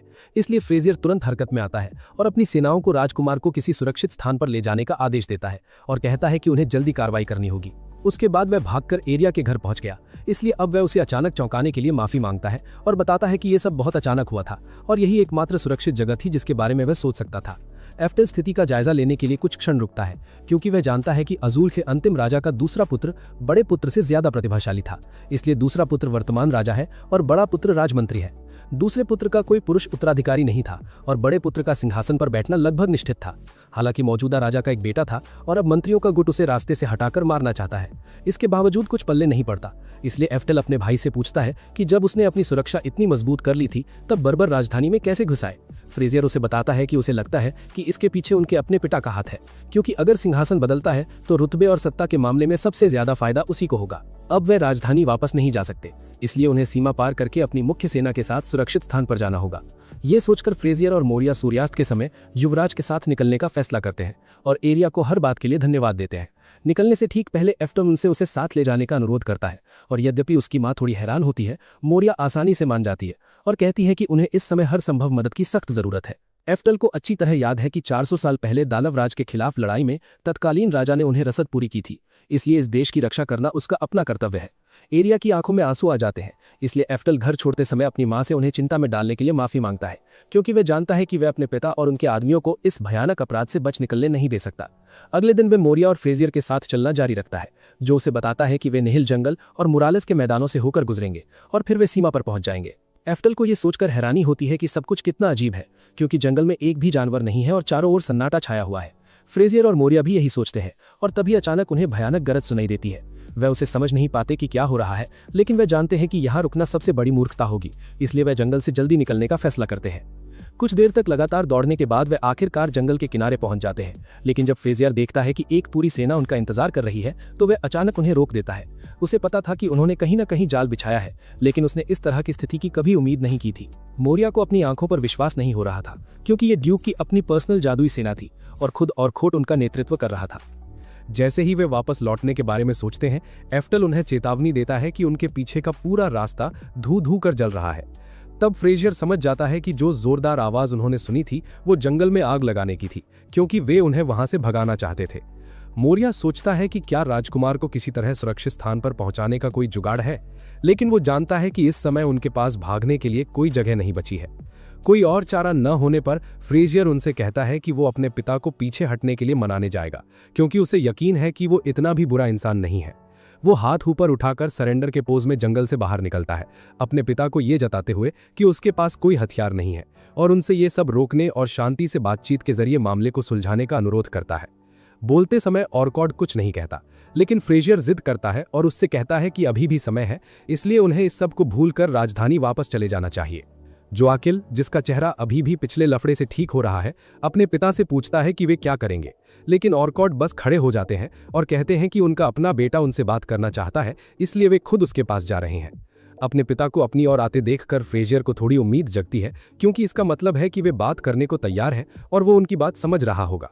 हालांकि ऑरकॉड उसे बताते हैं कि वे सिर्फ इतना समझते हैं कि वो उनके रास्ते का सबसे बड़ा कांटा है। जैसे ही वो काफी करीब आता है, वो एक जादुई डिवाइस का उपयोग करके फ्रेजियर को एक जबरदस्त बिजली का झटका देता है, जिससे वो तुरंत बेहोश हो जाता है। फिर ऑरकॉड रावण की तरह हंसता है और अपने जादूगर दल को सब कुछ जलाने का आदेश देता है। उसे जमीन पर पड़े अपने ही बेटे की कोई परवाह नहीं होती। मोरिया उनके द्वारा किए जा रहे अजीब अनुष्ठानिक गठन को देखता है और बताता है कि ये सबसे शक्तिशाली मंत्र है, जिसका नाम 4 पौराणिक सम्राटों में से एक छठे स्तर के एफ्टेल के नाम पर रखा गया है। एफ्टेल उसकी बात को इग्नोर कर देता है और तुरंत फ्रेजियर को बचाने के लिए दौड़ पड़ता है, लेकिन मोरिया उसे तुरंत रोक लेता है और एक जबरदस्त धमाका होता है, जिससे कुछ ही सेकंड में सब कुछ आग की लपटों में घिर जाता है। फ्रेजियर का कहीं कोई अता पता नहीं है, इसलिए एफ्टेल को विश्वास नहीं हो रहा कि उसके पिता ने अपने ही बेटे के साथ ऐसा घटिया काम कैसे किया, जो सिर्फ एक मासूम बच्चे की रक्षा करने की कोशिश कर रहा था। अपने भाई के साथ बिताई सारी यादों को याद करके एफ्टेल का गुस्सा बिल्कुल बेकाबू हो जाता है और मोरिया भी उसे अब खूंखार बदला हुआ देखकर चिंतित हो जाता है। एफ्टेल ने उसी क्षण शरीफ बनने का दिखावा करना बंद कर दिया और कहा कि वो उन्हें असली जादू सिखाएगा। मोरिया ने उसे चेतावनी देने की कोशिश की कि बाहर खतरा है, लेकिन एफ्टल ने उसकी बात नहीं सुनी और सीधे आग के पास जाकर 9वें स्तर का भयंकर मंत्र कोसिटिस पढ़ा। उस मंत्र ने एक ही पल में पूरे जंगल और जमीन को जमाकर आग को पूरी तरह बुझा दिया। जादूगरों के दल को भी यह समझना बहुत मुश्किल लग रहा है, क्योंकि ये एक अविश्वसनीय शक्ति का मंत्र है। ऑरकॉड को भी कुछ पल्ले नहीं पड़ रहा कि क्या बवाल हो रहा है। इसलिए एफ्टल का मानना है कि इस दुनिया में उन्होंने कभी किसी को इस तरह का मंत्र अपने दम पर इस्तेमाल करते हुए नहीं देखा होगा। वो मानता है कि जल जादू उसकी विशेषज्ञता नहीं है, लेकिन वे उसे भी नहीं रोक पाए। ये बात उसे और भी क्रोधित कर देती है, क्योंकि उसने सोचा था कि उसने अपने बेटों को जादू का इस्तेमाल करना और लड़ना सिखाया था। ऑरकॉड को तभी एहसास होता है कि वो एफ्टल है, इसलिए वो घबरा जाता है और तुरंत अपने जादूगर दल को बताता है कि वो दुश्मन है, इसलिए उन्हें उसे एक जादुई दल का आतंक दिखाना होगा। सभी जादूगर एक साथ उसके आदेश का पालन करते हैं और विस्फोट तीर नाम का 5वें स्तर का मंत्र चलाते हैं, जिससे पूरी ताकत से उस पर हमला होता है। एफ्टल अपनी जगह से हिलने की भी जहमत नहीं उठाता, इसलिए ऑरकॉड जोर से हंसता है और अपनी जीत का बेसुरा गीत गाता है। लेकिन धुआं छटने पर उसे पूरी तरह सुरक्षित देखकर ऑरकॉड दंग रह जाता है। इससे एफ्टल स्पष्ट रूप से निराश हो जाता है और कहता है कि उन्हें ये उम्मीद नहीं थी कि उसे चोट लगेगी।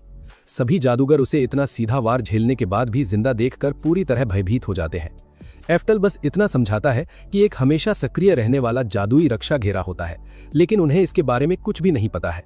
इससे वो और भी चिढ़ जाता है और सोचने लगता है कि वे कितने बेवकूफ अज्ञानी हो सकते हैं। फिर भी कुछ न समझ पाने पर ऑरकॉड घबरा जाता है और अपने जादुई टुकड़ी को अपने सबसे शक्तिशाली हमले से उस पर वार करने का आदेश देता है। जादूगरों के पास उसके आदेशों का पालन करने के अलावा कोई विकल्प नहीं था, इसलिए उन्होंने 6ठे स्तर का मंत्र एफ्टल का प्रयोग किया और उस पर एक केंद्रित प्रहार किया। एफ्टल अपनी जगह से हिला भी नहीं और बस इतना कहा कि उसके नाम का इस तरह इस्तेमाल करना उसका घोर अपमान है। इसका जवाब देने के लिए उसने एक 7वें स्तर का अतिरिक्त जादुई कवच बनाया, जिससे वो बिजली के प्रभाव से पूरी तरह सुरक्षित हो गया। जादू विभाग के सभी लोग भय से बर्फ की तरह जम जाते हैं। उन्हें विश्वास नहीं हो रहा कि इस निब्बे ने पल भर में एक पौराणिक जादू को बेअसर कर दिया। अब वे सब उसे एक खौफनाक मॉन्स्टर की तरह देखते हैं, इसलिए एफ्टल उपहास करते हुए कहता है कि वे सचमुच बहुत दयनीय है। 1 सेकंड से भी कम समय में वो उनकी नजरों से पूरी तरह ओझल हो जाता है। बिजली की गति से आगे बढ़ते हुए वो केवल अपनी तलवार का इस्तेमाल करके एक एक करके सभी जादूगरों को मार गिराता है। जब एफ्टल उन पर बेरहमी से हमला करता है तो उसे इस बात की खुशी होती है कि उसके भाई फ्रेजियर ने उसे प्रशिक्षित करने में अपना समय लगाया, क्योंकि उसे तलवार चलाना वाकई पसंद है। वो अपनी तलवार को जादू से सशक्त बनाने का अभ्यास करने का फैसला करता है, इसलिए वो रायट बॉम्ब नाम का दूसरे स्तर का मंत्र पढ़ता है, जिससे उसकी तलवार में बिजली भर जाती है। एक जादूगर घबरा जाता है और अपनी जान बचाने के लिए कोई मंत्र पढ़ने की कोशिश करता है, लेकिन एफ्टल एक पल भी नहीं हिचकता और तुरंत अपनी तलवार से उसे राख में बदल देता है। जैसे ही उन्हें एफ्टल की खौफनाक क्षमताओं का एहसास होता है, सभी जादूगर लड़ना बंद कर देते हैं और अपनी जान बचाने के लिए चूहों की तरह भागने लगते हैं। एफ्टल बस मुस्कुराता है और उनसे पूछता है कि क्या उनकी मां ने उन्हें युद्ध के दौरान पीठ न मोड़ने की सीख नहीं दी थी। फिर वो उनसे कहता है कि मरने से पहले वो उन्हें एक आखिरी चीज दिखाएगा और एक ऐसा जादू करता है जिससे उनके ऊपर आकाश में काले बादल छा जाते हैं। जैसे ही जादूगरों को पता चलता है कि वह मौसम को नियंत्रित कर रहा है, वे तुरंत भागना बंद कर देते हैं, क्योंकि इसका मतलब है कि वह लुप्त हो चुकी जादुई शक्ति और दिव्य शक्ति का उपयोग कर रहा है। एफ्टल स्पष्ट करता है कि ये केवल बादल नहीं है, क्योंकि उसका जादू उनके जैसे स्थैतिक बिजली को नियंत्रित करने वाला कोई साधारण जादू नहीं है। फिर वह बताता है कि वह स्वयं बिजली को नियंत्रित कर रहा है और अपना खुद का मूल मंत्र लेवल 10 एफ्टल प्रयोग करता है। कुछ ही सेकंड में ओरखोत और उसके बेटे को छोड़कर युद्ध क्षेत्र में मौजूद हर चीज के साथ साथ पूरा जादुई दल भी राख हो जाता है। एफ्टल ने उन्हें एक जादुई कवच से सुरक्षित कर लिया था, लेकिन इसके बावजूद जोआकिम ड्यूक के जादूगरों पर हमला करने के लिए एफ्टल उसे फटकारता है और कहता है कि वह ऐसा करके बच नहीं सकता। एफ्टल उसकी बकवास अनसुनी कर देता है और एक मंत्र से उसे सुला देता है, जिससे ओरखोत पहले से भी ज्यादा भयभीत हो जाता है। डर के मारे ओरखोत फिर भी बचाव की मुद्रा में आ जाता है, लेकिन एफ्टल उस पर युवराज की हत्या करने का प्रयास करने का आरोप लगाता है और कहता है कि अगर षड्यंत्रकारी अपने आदमियों के साथ यहीं मर गया तो ये अच्छा अंत नहीं होगा। ओरखोत उसे धमकी देता है और चेतावनी देता है कि अगर उसने उस पर हमला किया तो वह सेना का गद्दार होगा। हालांकि एफ्टल उसे अपनी बकवास पूरी भी नहीं करने देता और उसे बिजली का झटका देते हुए कहता है कि वह ऐसे नीच व्यक्ति पर कोई दया नहीं दिखाएगा जिसने उसके अपने बेटी को मार डाला। बस इसी तरह तख्त पलट की ये कोशिश नाकाम हो गई और उसके बाद ओरखोत और जोआकिम दोनों को सरेआम फांसी दे दी गई। इन सब घटनाओं के बावजूद एफ्टल को इस बात की खुशी है कि फ्रेजियर जिंदा है और अपनी चोटों से उभर रहा है। जब वे उसे राजधानी में देखता है तो तुरंत उसके पास दौड़कर जाता है और पूछता है कि क्या वह सचमुच ठीक है और अब उठ बैठ पा रहा है।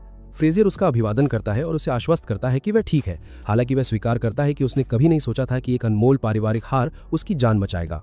जब एफ्टल हार को देखता है तो वह तुरंत उसे ओबेरॉन के रक्षक के रूप में पहचानता है, जो कभी उसका अपना था। उस पुरानी वस्तु ने किसी तरह उसे जीवित रखा था, इसलिए फ्रेजियर कहता है कि वह बिजली के सम्राट का जीवन दान देता है। एफ्टल की आंखों में खुशी के आंसू आ जाते हैं। उसे सचमुच खुशी है कि उसका भाई अभी जीवित है। बिना किसी हिचकिचाहट के वह फ्रेजियर को गले लगा लेता है, उसे चौंकाते हुए उसके जीवित रहने के लिए धन्यवाद देता है। बाद में तख्त पलट के बाद ओरखोद की उपाधि छीनने की बात चली, लेकिन क्योंकि फ्रेजियर ने युवराज को बचाने के लिए अपनी जान जोखिम में डाली थी, इसलिए फांसी के बाद भी उसकी उपाधि बनी रही। ओरखोद की मृत्यु के बाद फ्रेजियर ने घर की जिम्मेदारी संभाली। अब जब सब कुछ सामान्य हो गया है तो एफ्टल फ्रेजियर और मोरिया दोनों को अपनी जादुई शक्ति दिखाना चाहता है। वह ईवल फ्लेयर नामक एक 7वें स्तर का मंत्र, फिर एक केओस वीड नामक एक और 7वें स्तर का मंत्र प्रयोग करता है। इस जादुई संयोजन से पूरा पहाड़ 2 हिस्सों में बढ़ जाता है, जिससे वे पूरी तरह अवाक रह जाते हैं। फ्रेजियर को विश्वास नहीं होता कि उसने लगातार 2 लेवल 7 के जादू किए हैं, और उसे एहसास होता है कि यही उसके छोटे भाई की असली ताकत है। एफ्टल उन्हें पहले न बताने के लिए माफी मांगता है, लेकिन फ्रेजियर उसे दिलासा देता है और कहता है कि वह जानता है कि उसने ऐसा क्यों किया होगा। मोरिया सहमत हो जाता है और स्पष्ट करता है कि अगर वह ये बात नहीं कहना चाहता तो उसे कहने की जरूरत नहीं है, क्योंकि इतनी ताकत के साथ उसे पूरा यकीन है कि उसके पास अपने राज है। एफ्टल देवी के बारे में सोचता है और पुष्टि करता है कि वह उन्हें यह बिल्कुल नहीं बता सकता कि उसका पुनर्जन्म हुआ है। सौभाग्य से मोरिया और फ्रेजियर दोनों उसे बताते हैं कि ये बात उन तीनों के बीच ही रहेगी, क्योंकि दूसरों की मौजूदगी में इस ताकत का इस्तेमाल ना करना ही बेहतर होगा। आखिरकार अगर किसी ने ऐसा कुछ देख लिया तो पूरी दुनिया में अफरा तफरी मच जाएगी। ये तय करने के बाद फ्रेजियर ने एफ्टल से पूछा कि वह अब क्या करेगा, और उसे आश्चर्य हुआ जब एफ्टल ने बताया कि वह जादू के स्कूल जाना चाहता है। मोरिया को यह बात समझ नहीं आई, खासकर ये देखने के बाद कि उसने बिना किसी प्रयास के पूरे पहाड़ को 2 हिस्सों में कैसे बांट दिया था। वह उससे पूछता है कि इतनी ताकत होने के बावजूद क्या वह सचमुच जादू के स्कूल जाएगा, और एफ्टल बिना किसी हिचकिचाहट के इसकी पुष्टि करता है। वह बताता है कि वह एक ऐसी जगह पर और भी प्रबल बनना चाहता है जो इसके लिए पूरी तरह से सुसज्जित है, और वह जादू के मार्ग पर चलना चाहता है। फ्रेजियर मानता है कि वह उसके दृढ़ निश्चय को देख सकता है, इसलिए उसे इस विचार से कोई आपत्ति नहीं है। ये देखकर कि वह अपने फैसले को लेकर गंभीर है, मोरिया इसे स्वीकार कर लेता है और उसकी पीठ पर जोर से थपकी देते हुए कहता है कि वह उसे 15 वर्ष की आयु तक प्रशिक्षित देने में मदद करेगा। आखिरकार भले ही वह जादू का मार्ग चुने, तलवारबाजी सीखना हमेशा अच्छा होता है उसके विचार में। एफ्टल पीठ पर लगे उस दर्द को नजरअंदाज करने की कोशिश करता है और मुस्कुराते हुए मोरिया को मदद के लिए धन्यवाद देता है, क्योंकि उसे इसकी जरूरत पड़ने वाली है। बस इसी तरह एफ्टल जादू के मार्ग पर एक कदम आगे बढ़ता है और वर्तमान से भी अधिक शक्तिशाली बनने की योजना बनाता है। 15 वर्ष की होते ही एफ्टल की मां उसे बताती है कि अब वह वयस्क हो गया है, इसलिए वह जो चाहे कर सकता है, जैसे चाहे कर सकता है। वह उसे आश्वस्त करती है कि यहाँ उसका हमेशा स्वागत है, फिर आंसू भरी आंखों से उसे गले लगा लेती है, जानते हुए कि ये विदाई है। एफ्टल उसे गले लगाता है और 15 वर्ष तक उसका पालन पोषण करने के लिए धन्यवाद देता है, लेकिन मोरिया भी रोने से खुद को नहीं रोक पाता। फ्रेजियर उसे सांत्वना देने की कोशिश करता है, लेकिन मोरिया स्पष्ट करता है कि उसकी आंख में कुछ चला गया है और वह रो नहीं रहा है। हालांकि जब उसके जाने का समय आता है तो वह फिर से फूट फूट कर रोने लगता है, और फ्रेजियर एफ्टल से कहता है कि वह तलवारबाजी का अभ्यास करना ना भूले। जाने से पहले एफ्टल ने आखिरी बार झुककर सबका शुक्रिया अदा किया। उसने अपनी औकात और प्रतिभा की सीमाओं को पार करने का पक्का दृढ़ निश्चय कर लिया और तय किया कि वो जादू की ऊंचाइयों तक पहुंचने तक बिल्कुल नहीं रुकेगा। कुछ समय बाद वो चलते चलते एक कस्बे में पहुंचा और वहां एक चाय की टपरी पर कुछ खाने के लिए रुक गया।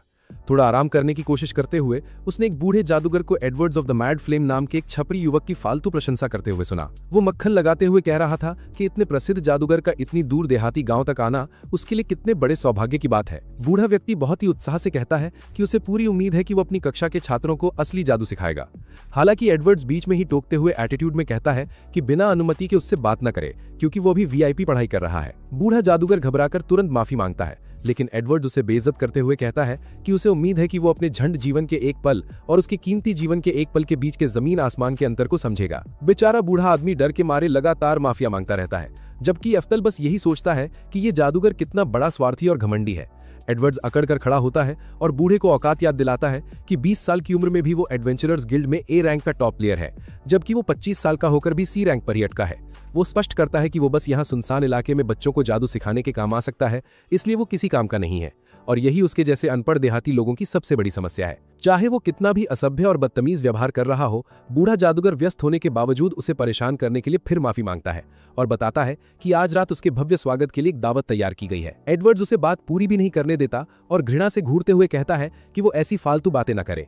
फिर वो अपनी दासी को जंजीरों से मुक्त करता है और नीचता से समझाता है कि आज की शाम उसके और इस दानव लड़की के लिए बहुत खास है। एडवर्ड्स गर्व से उसे अपनी त्वचा पर बना निशान दिखाती है और बताती है कि आज वो दिन है जब उसके शरीर पर दास्ता का चिन्ह पूरी तरह से अंकित हो जाएगा। बूढ़ा जादूगर तुरंत समझ जाता है कि उसका क्या घटिया मतलब है, क्योंकि वो जानता है कि अगर चिन्ह अंकित होने से पहले वो उसे अपने वीर्य से भर देता है तो जादू टूट सकता है। दुर्भाग्य से एफ्तल भी उनकी बात को पूरी तरह समझ जाता है और उसे इससे इतनी घोर घृणा होती है कि उसे वहीं उल्टी आने लगती है। आखिरकार अगर मर्लिन ने उसे बचपन में अपने पास न रखा होता तो वो भी इस बेचारी लड़की की तरह गुलाम बन जाता। इससे पहले कि वो इस बारे में और कुछ सोच पाता, अचानक एक ग्रामीण चाय घर में हांफते हुए आकर सबको चेतावनी देता है कि कस्बे में एक विशालकाय खूंखार ऑर्क प्रकट हो गया है। उस राक्षस को देखकर सब बुरी तरह घबरा जाते हैं, क्योंकि ऐसी स्थिति में तो गिल्ड भी उसका सामना नहीं कर सकता। बूढ़ा जादूगर सबको दिलासा देने की कोशिश करता है और बताता है कि एडवर्ड्स द मैड फ्लेम यहाँ है और वो ए रैंक का धाकड़ साहसी है, इसलिए उन्हें डरने की कोई जरूरत नहीं है। इससे सब शांत हो जाते हैं तो एडवर्ड्स इस मौके का फायदा उठाकर अपनी लंबी लंबी बड़ाई करता है और कहता है कि एक विशालकाय ऑर्क सिर्फ एक उच्च श्रेणी का बी रैंक का राक्षस है, एक छोटा जीव जिससे उसके जैसे ए रैंक वाले प्रो प्लेयर को डरने की जरूरत नहीं है। ये सुनकर ज्यादातर गांव वाले उत्साहित हो जाते हैं और एफ्तल को एहसास होता है कि 400 साल बाद भी ए रैंक के साहसी वाकई कमाल के होते हैं। एडवर्ड जरा भी समय बर्बाद नहीं करता और तुरंत उस विशालकाय ऑर्क के पास पहुंच जाता है और कहता है कि वो उन सबको असली जादू का भौकाल दिखाएगा, क्योंकि यहाँ देहात में उन्हें ये सब देखने को नहीं मिलता। वो मंत्रोच्चार से शुरुआत करता है और वायु की आत्माओं को बुलाता है, उनसे कहता है कि वो आकर उसके मंत्र का उत्तर दें और उनके बीच हुए समझौते के अनुसार अपनी भयंकर ज्वालाओं को प्रकट करें। इसके साथ ही एडवर्ड्स चौथे स्तर की पवित्र ज्वाला का प्रयोग करते हुए सीधे विशालकाय ऑर्क पर जोरदार प्रहार करने में सफल हो जाता है। ये सब देखकर सभी लोग जीत की खुशी में पागलों की तरह झूम उठते हैं और एडवर्ड्स घमंड से उन्हें बताता है कि ये उसका सबसे शक्तिशाली जादू था, एक अजेय स्तर 4 मंत्र जो उन्हें मुफ्त में देखने को नहीं मिलता। जब उसे लगा कि शो खत्म हो गया है, तभी एडवर्ड्स ने अपने आसपास के ग्रामीणों के भयभीत चेहरे देखे और तभी धुआं छटने के बाद उसने विशालकाय ऑर्क को पूरी तरह से सुरक्षित देखा। उसे विश्वास नहीं हो रहा था कि उसके सबसे शक्तिशाली मंत्र का उस पर रत्ती भर भी असर नहीं हुआ, लेकिन जब उसने उस राक्षस को करीब से देखा तो उसे एहसास हुआ कि ये ऑर्क की सबसे शक्तिशाली किस्म है। एक खूंखार ऑर्क बरसेकर, एक लेवल 4 का जादू एक विशालकाय ऑर्क को हरा सकता है, लेकिन एक उग्र ऑर्क को बिल्कुल नहीं, इसलिए उसके जीतने का कोई चांस नहीं है। बिना समय बर्बाद किए एडवर्ड्स तुरंत कुत्ते की तरह भाग जाता है और झटपट लेवल 3 का एक अटूट अवरोध बना देता है, जिससे गांव वाले उस राक्षस के साथ अवरोध के अंदर बुरी तरह फंस जाते हैं। जब सबको एहसास होता है कि वो बाहर नहीं निकल सकते तो सब घबरा जाते हैं, लेकिन एडवर्ड्स बस रावण की तरह हंसता है और बेशर्मी से उन्हें बताता है कि वो उन्हें चारा बना रहा है, क्योंकि उसके जैसा कीमती इंसान यहाँ मर नहीं सकता। ऑर्क बरसेकर ग्रामीणों के पास आता है, इसलिए एफ्तल को हस्तक्षेप करने का फैसला करना पड़ता है और सिराफ डिस्पेल नाम का 6ठे स्तर का मंत्र पड़ता है, जिससे बाधा आसानी से टूट जाती है और पल भर में सभी मुक्त हो जाते हैं। एडवर्ड्स को पल्ले ही नहीं पड़ता कि क्या हुआ और उसने ये कैसे किया, और बूढ़ा जादू का शिक्षक देखता है कि उसने बिना मंत्र पढ़े ही जादू कर दिया। एफ्तल को जल्द ही अपनी गलती का एहसास हो जाता है, क्योंकि वो इस तरह से हीरो बनकर ध्यान आकर्षित नहीं करना चाहता था, लेकिन वो कुछ कर भी नहीं सकता था। और बरसेकर अभी भी बहुत बड़ा खतरा है, लेकिन अब सब लोग उसे ही घूर रहे हैं, इसलिए वो सोच रहा है कि क्या करे। देखते ही देखते उसे एक आइडिया आता है और वो तय करता है कि वो छलावरण के लिए 3रे स्तर का मंत्र इस्तेमाल करेगा, फिर तुरंत 9वें स्तर का मंत्र इस्तेमाल करेगा, जिससे लोग सोचेंगे कि उसने सिर्फ 3रे स्तर का मंत्र इस्तेमाल किया है। ये उसके लिए सबसे सही प्लान है, ताकि वो किसी का ध्यान न खींचे, इसलिए वो बिना समय बर्बाद किए 3रे स्तर का मंत्र बोलता है और ऑर्क बरसेकर पर आग से हमला कर देता है। हालांकि गांव वाले ये देखकर हैरान रह जाते हैं कि वो 3रे स्तर का मंत्र भी इस्तेमाल कर सकता है, इसलिए इसके बाद भी वो सबका ध्यान खींच लेता है। जब सब लोग 3रे स्तर के मंत्र पर पूरी तरह ध्यान केंद्रित कर रहे थे, तब एफ्टर जानता था कि अब 9वें स्तर के खतरनाक मंत्र का प्रयोग करने का समय आ गया है। हालांकि उसे खुद आश्चर्य हुआ कि केवल 3रे स्तर के मंत्र ने ही कमाल कर दिया और आग लगाकर उस खूंखार ऑर्क बरसरकर को बड़ी आसानी से हरा दिया। एडवर्ड सदमे में जमीन पर धड़ाम से गिर पड़ा, ये सोचकर कि 3रे स्तर के मंत्र ने यह कमाल कैसे कर दिया, जबकि उसका 4था स्तर का प्रो लेवल का मंत्र काम नहीं आया। बूढ़े जादूगर ने समझाया कि उसके मंत्र के विपरीत एफ्टल ने जादू को ठीक से गढ़ा और परिष्कृत किया, जिससे उसे 5वें स्तर के जादू की शक्ति प्राप्त हुई। यहाँ तक कि वो खुद भी नहीं समझ पा रहा था कि एफ्टल ने यह कैसे कर लिया, क्योंकि वो देखने में तो 14 या 15 साल का ही छपरी लगता है। एफ्टल अब समझ गया है कि उसका मंत्र इतना प्रभावी क्यों था, लेकिन वो पहले से ही जानता है कि जादू को गढ़ना और परिष्कृत करना सबसे बुनियादी काम है, इसलिए उसे विश्वास नहीं हो रहा था कि एडवर्ड्स ने ऐसा करने की जहमत भी नहीं उठाई। उसे पक्का यकीन है कि पहले स्तर का छतरी जादू भी ये काम कर सकता था। आखिर अगर उस जादूगर ने अपनी जादुई शक्तियों को ठीक से निखारने की जहमत उठाई होती तो। जब सब लोग गिरे हुए ऑर्क बरसरकर के चारों ओर जमा होते हैं तो एफ्टल को एहसास होता है कि वो जितना दिखाना चाहता था उससे कहीं ज्यादा ध्यान खींच रहा है, इसलिए वो शरीफ बनकर समझाने की कोशिश करता है कि उसे बस किस्मत से सही जगह पर निशाना मिल गया। सौभाग्य से सबका ध्यान उस ऑर्क बरसरकर पर है और वे सोच रहे हैं कि क्या उसे खा सकते हैं, क्योंकि कुछ देर आग में भुनने के बाद उसकी गंध अच्छी आ रही है। एफ्टल इस मौके का फायदा उठाकर बिना किसी की नजर में वहां से खिसक लेता है, ये सोचकर कि आम आदमी को तो ये एक सामान्य लेवल का 3रा जादू ही लगेगा। शहर छोड़ने से पहले वो एडवर्ड से मिलता है और उसे ज्ञान देते हुए कहता है कि उसे अपने बड़ों का सम्मान करना चाहिए, क्योंकि वो बूढ़ा जादूगर उससे कहीं बेहतर जादू जानता है। बूढ़ा जादूगर एडवर्ड्स की तारीफ सुनकर भावुक हो जाता है और उसकी आंखों में खुशी के आंसू आ जाते हैं। इसलिए वो एफ्टल को उसके शब्दों के लिए धन्यवाद देता है। इसके अलावा एफ्टल एडवर्ड से कहता है कि उसने अभी जो किया वो साफ साफ हत्या का प्रयास था और उसकी वजह से ये केवल प्रयास ही रह गया, लेकिन फिर भी ये गंभीर अपराध है और अपराधियों को गुलाम रखने का कोई अधिकार नहीं है। इसीलिए उसे उस राक्षसी लड़की को मुक्त करना होगा और खुद को पुलिस के हवाले करना होगा। कोई और चारा ना होने के कारण एडवर्ड्स उसकी बात मान लेता है, क्योंकि वो इतना डरा हुआ होता है कि कुछ और कर ही नहीं सकता, और अपनी गुलाम राक्षसी लड़की को आजाद कर देता है। ये हो जाने के बाद एफ्टल अपने रास्ते पर आगे बढ़ता है, लेकिन अब उसके सामने एक छोटी सी फालतू समस्या खड़ी हो जाती है कि वो राक्षसी लड़की शहर छोड़ने के बाद से ही उसका पीछा कर रही है। कुछ देर बाद वो रुककर उससे सामना करने का फैसला करता है और उससे पूछता है कि वो कब तक उसका पीछा करती रहेगी। अंत में राक्षसी लड़की प्रकट होती है और घबराते हुए उससे कहती है कि वो उससे किसी काम में मदद मांगना चाहती है। पहले तो उसके शब्द बुरी तरह लड़खड़ाते हैं, लेकिन फिर वो हिम्मत जुटाकर उससे अपना स्वामी बनने का अनुरोध करती है। एफ्टल थोड़ा घबरा जाता है क्योंकि उसे समझ नहीं आता कि वो क्या कहे, लेकिन लड़की जिद करती है और समझाती है कि इस तरह चलते रहे तो उसे भागे हुए गुलाम के रूप में गिरफ्तार कर लिया जाएगा। एफ्टल स्थिति को समझता है, क्योंकि दास्ता का चिन्ह आसानी से नहीं हटाया जा सकता, भले ही उसका कोई मालिक ना हो। एक तरह से जिस दास का अपने मालिक से रिश्ता टूट गया हो उस पर कोई भी दावा कर सकता है। इसलिए अगर कोई सनकी उसे अनुबंध करने के लिए मजबूर करता है तो उसकी हालत और भी बुरी हो सकती है और अवज्ञा करने पर उसे बेरहमी से मार भी दिया जा सकता है। लड़की उससे कहती है कि वो अच्छा आदमी लगता है और निश्चित रूप से उस आदमी से लाखों गुना बेहतर है।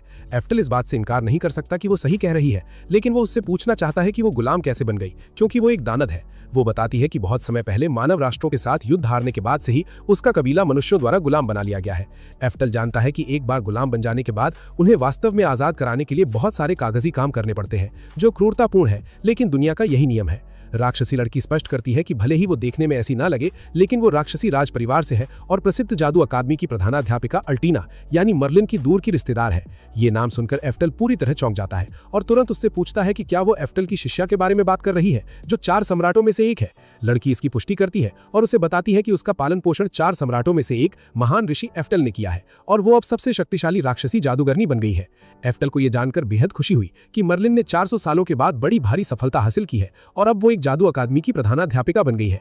उसे एहसास हुआ कि दानव सचमुच लंबे समय तक जीवित रहते हैं, इसलिए वो 400 सालों के बाद भी उससे मिल सकेगा। ये जानकर उसने तुरंत एक निर्णय लिया और उस लड़की से कहा कि वो कुछ समय के लिए उसका गुरु बनेगा। आखिरकार वो मर्लिन के किसी रिश्तेदार को यहाँ अकेले कष्ट सहने के लिए नहीं छोड़ सकता। लड़की खुशी से उसे धन्यवाद देती है और अपना परिचय एनास्टेसिया के रूप में देती है और वे दोनों सूर्यास्त से ठीक पहले शहर पहुंच जाते हैं। एफ्टल उसे बताता है कि वे जादू अकादमी की प्रवेश परीक्षा के लिए यहाँ आए हैं, जो कल यहीं आयोजित होगी। एनास्टेसिया ये जानकर हैरान हो जाती है कि वो छात्र के रूप में दाखिला लेने की योजना बना रहा है, जबकि वो पहले से ही इतना ताकतवर है। एफ्टल पहले ठहरने के लिए कोई सराय ढूंढने का फैसला करता है, लेकिन एनास्टेसिया के पेट से गुड़गुड़ाहट की आवाज सुनकर वो अपनी योजना बदल लेता है और पहले खाने की जगह ढूंढने का निर्णय करता है। कुछ देर बाद उसे एक शानदार दिखने वाला रेस्टोरेंट मिल जाता है, जिससे एनास्टेसिया थोड़ी घबरा जाती है और उससे पूछती है कि क्या ये जगह बहुत महंगी तो नहीं है। इसके बावजूद एफ्टल उसे कीमतों की चिंता ना करने के लिए कहता है और समझाता है कि एक महत्वपूर्ण दिन से ठीक पहले हमें अच्छा मांस खाना चाहिए। वो रेस्टोरेंट में जाता है और 2 लोगों के लिए एक टेबल मांगता है और भले ही मेजबान उसकी मौजूदगी से थोड़ा असहज महसूस करता है, फिर भी वो पेशेवर रवैया अपनाता है और उन्हें एक टेबल पर बैठा देता है।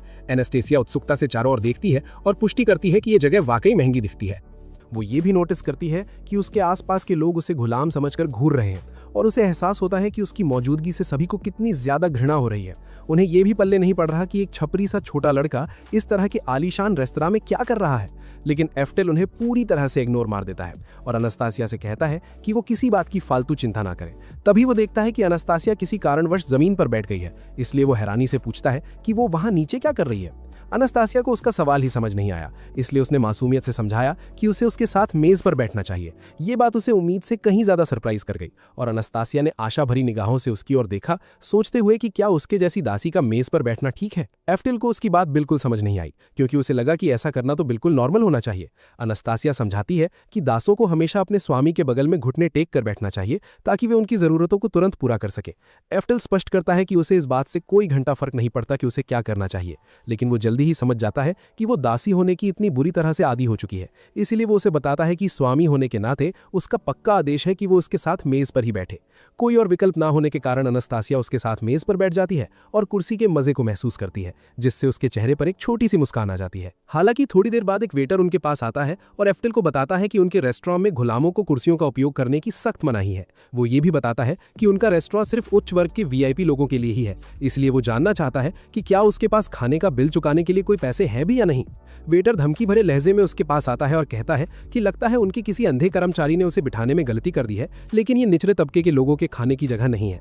अनास्तासिया घबरा जाती है और एफ्टेल से कहती है कि उन्हें बाहर किसी सस्ती सी स्टॉल पर खाना खा लेना चाहिए। हालांकि एफ्टेल उसे दिलासा देता है और फिर मेज पर 3 बेशकीमती ड्रैगन ड्रॉप्स रख कर वेटर से पूछता है कि क्या इतना काफी है। सिर्फ 3 ड्रैगन ड्रॉप्स देखकर ही वेटर पूरी तरह से अवाक रह गया। और तो और एफ्टेल ने अपना जैकेट खोलकर उसे दिखाया कि उसके पास और भी बहुत सारे ड्रैगन ड्रॉप्स भरे पड़े हैं। वेटर घबराकर एक ड्रैगन ड्रॉप उठाकर उसे ध्यान से देखने लगा और बोला कि इस आकार का एक ड्रैगन ड्रॉप 500 सोने के सिक्कों से भी ज्यादा की कीमत का है। वेटर ने तुरंत एफ्टेल से गिड़गिड़ाकर माफी मांगी और एफ्टेल ने उससे कहा कि वो बाकी पैसे रख ले और उसे उनके पास मौजूद सारा बढ़िया मांस तुरंत दे दे। कर्मचारियों का रवैया तुरंत गिरगिट की तरह बदल जाता है, इसीलिए वो उन्हें जल्दी से वीआईपी रूम में ले जाते हैं और केवल उनके लिए एक शानदार दावत तैयार करते हैं। एफ्टेल बताता है कि उसे इस यात्रा के लिए वास्तव में बहुत सारा पैसा दिया गया था, जो कभी उसके डैडी का पैसा हुआ करता था। जब सारा खाना परोसा जाता है तो अनास्तासिया कुछ भी खाने में थोड़ी हिचकिचाती है, क्योंकि उसके साथ पहले कभी ऐसा रॉयल व्यवहार नहीं किया गया था और उसे नहीं पता कि उसके जैसी दासी के लिए ये खाना ठीक है या नहीं। एफ्टेल उसे याद दिलाता है कि वे कुछ समय साथ बिताने वाले हैं, इसलिए वो इसे एफ्टेल का ये जताने का तरीका समझ सकती है कि उसे उसके आसपास पाकर खुशी है। अनास्तासिया पूरी तरह से समझ नहीं पाती कि एफ्टेल का क्या मतलब है, लेकिन वो अपनी बात स्पष्ट नहीं करता और उसे जल्दी खाने के लिए कहता है, कहते हुए कि खाना ठंडा हो जाएगा। वो कहता है कि उसे यकीन है कि गुलामी के दौरान उसने बहुत सी अन्यायपूर्ण बातें झेली हैं और हो सकता है कि वो अनजाने में उसके साथ बुरा बर्ताव करता हो। एफ्टेल स्पष्ट करता है कि अगर ऐसा कभी हुआ तो अनास्तासिया को उस पर पूरा गुस्सा करने का पूरा अधिकार है। उसे आश्चर्य होता है कि अनास्तासिया को गुस्सा करने का मतलब ही नहीं पता, जिससे उसे एहसास होता है कि वो इतने लंबे समय से गुलाम रही है कि वो गुस्सा करने का मतलब ही भूल गई है। ये सोचकर एफ्टेल उसे समझाने की पूरी कोशिश करता है और उसे बताता है कि जब कोई बात उसे परेशान करे तो उसे ये कहने में कोई बुराई नहीं है। इस सरल कथन से अनास्तासिया सबसे ज्यादा हैरान हो जाती है, लेकिन अंततः वो उसकी बात समझकर मान जाती है। बिना समय बर्बाद किए एफ्टेल उससे कहता है कि उन्हें उसकी दास्ता वाली आदतों से छुटकारा पाने का अभ्यास करना चाहिए और उसे उस पर गुस्सा करने की कोशिश करने के लिए कहता है। ये सुनकर वो स्वाभाविक रूप से चौंक जाती है और उसे ठीक से समझ नहीं आता कि कैसे प्रतिक्रिया करे, लेकिन फिर भी वो पूरी कोशिश करती है, भले ही वो वास्तव में गुस्से में ना हो। अगले दिन वे दोनों प्रवेश परीक्षा के लिए पंजीकरण कराने क्रोन मैजिक एकेडमी जाते हैं। इससे पहले कि वो कुछ करे, अनास्तासिया अपने नए कपड़ों के लिए एफ्टेल का धन्यवाद करती है, क्योंकि वे पहले वाले फटे पुराने कपड़ों से कहीं ज्यादा सुंदर और आरामदायक है। एफ्टेल बस मुस्कुराता है और कहता है कि ये कपड़े उस पर बहुत अच्छे लग रहे हैं, इसलिए उसे खुशी है कि उसे ये पसंद आए। वो देखती है कि वहाँ कितने सारे लोग हैं, इसलिए वो समझाता है कि जादू की अकादमियों में प्रवेश पाना बहुत ही मुश्किल है। आखिर अगर वे जादू की अकादमी से स्नातक हो जाते हैं तो उन्हें नौकरी ढूंढने में कभी कोई परेशानी नहीं होगी, इसलिए बहुत से लोग परीक्षा देने आते हैं और उसे लगता है कि उसे भी परीक्षा देनी चाहिए। अनास्तासिया ये जानकर हैरान हो जाती है कि वो भी परीक्षा दे सकती है, इसलिए एफ्टेल उसे बताती है कि कोई भी परीक्षा दे सकता है और अगर परीक्षा अच्छी रही तो उसे भविष्य में नौकरी मिल सकती है। ये तय होने पर एफ्टेल दोनों का पंजीकरण कराने का फैसला करती है, लेकिन अनास्तासिया सोचती है कि क्या वो सच में ये कर पाएगी। एफ्टेल जानती है कि वो ठीक रहेगी क्योंकि उसके पास अधिकांश मनुष्यों की तुलना में कहीं ज्यादा जादुई प्रतिभा है, और ये सब इसलिए क्योंकि वो मर्लिन की रिश्तेदार है, भले ही दूर की ही ना क्यों ना हो। सभी आवेदकों के एकत्रित हो जाने के बाद एक व्यक्ति उन्हें सूचित करता है कि वे परीक्षा के पहले चरण एक बैटल रॉयल की शुरुआत करेंगे। इसी के साथ इस सीरीज का ये वीडियो यहीं खत्म होता है, क्योंकि अभी तक इतने ही एपिसोड रिलीज हुए हैं। लेकिन अगर एनिमे पसंद आ रहा है तो चुपचाप सब्सक्राइब करके वीडियो लाइक ठोके और कमेंट में जरूर बताएं कि एफ्टेल की ये भौकाली कहानी कैसी लगी। आप अच्छी स्टोरी भी कमेंट कर सकते हैं, जिससे पता चले कि राइटर ने सच में कुछ नया पकाया है, वही पुरानी घिसी पिटी बकवास नहीं चेप दी है।